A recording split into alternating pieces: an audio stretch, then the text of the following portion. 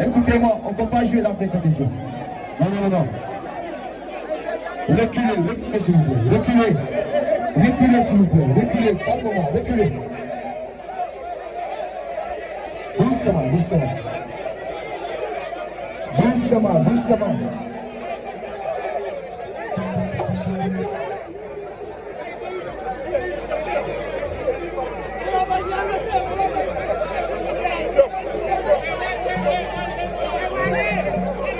Mani, gars yi dama leen ko ñaan rek ngeen jël li Seydina Mohamed xoolal li ci ginnaaw yëpp espace la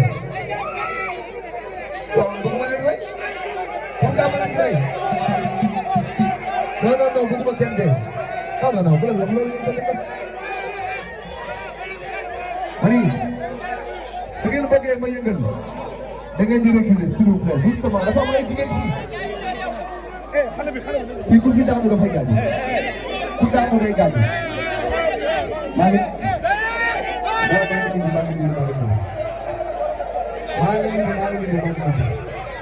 non on joue pas écoutez seen mbakkan yi moo ma gënal fuuf seen jëmm yi moo ma gënal fuuf Maria si mayam leen dernière chance. Mani may leen dernière chance rek. dañuy reculer. waaw non dinañ reculer. li ci ginnaaw yëpp espace la dañuy reculer. sans problème reculer leen. ku bëgg Serigne Touba rek arrière reculer leen. ku bëgg Serigne Touba reculer. waaw yéen a bëgg Serigne Touba waaye très bien reculer. arrière leen de. ku arrière teg ñaari pas. yàlla na la Serigne Touba fay arrière leen ku ne ñaari pas.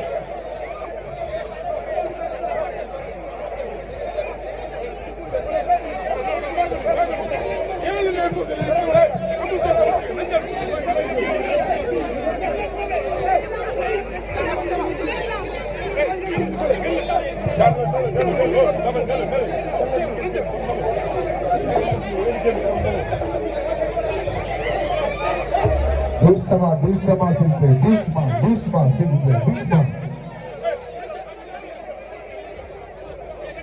On ne frappe pas. On ne frappe pas.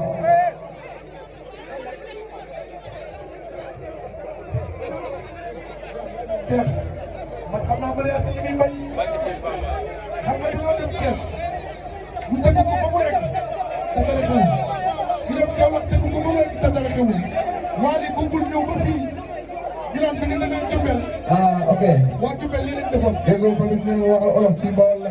waaw ma ne sama gars yi il faut ñu arrière ñu dellu ginnaaw tuuti parce que dafa am ay jigéen ñi nekk fi kenn warul gaañu non non non c'est bu ñu toogee bu ñu fàqee seen kaw lañ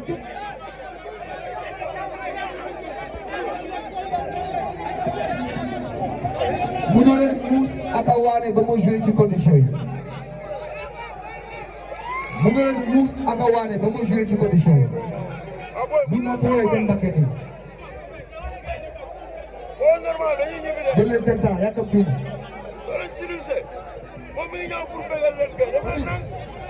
li ma gis tey xam nga bu fekkee ni mariage xajatul ci saali bu ñëw ba ci stade bi léegi nag stade bi moo nekkoon dernière solution yi bu ci xajatul ba xaw ma léegi fu mu jëm.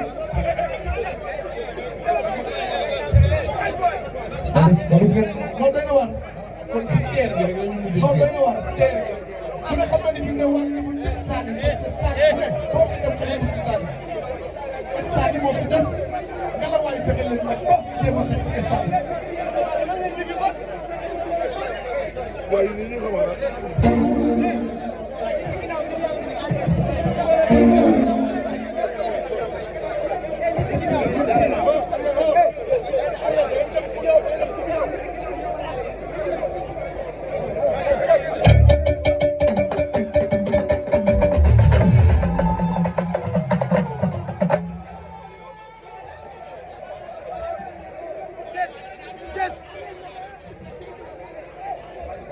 mariage yi noonu loolu c'était pour ngeen calmé wu.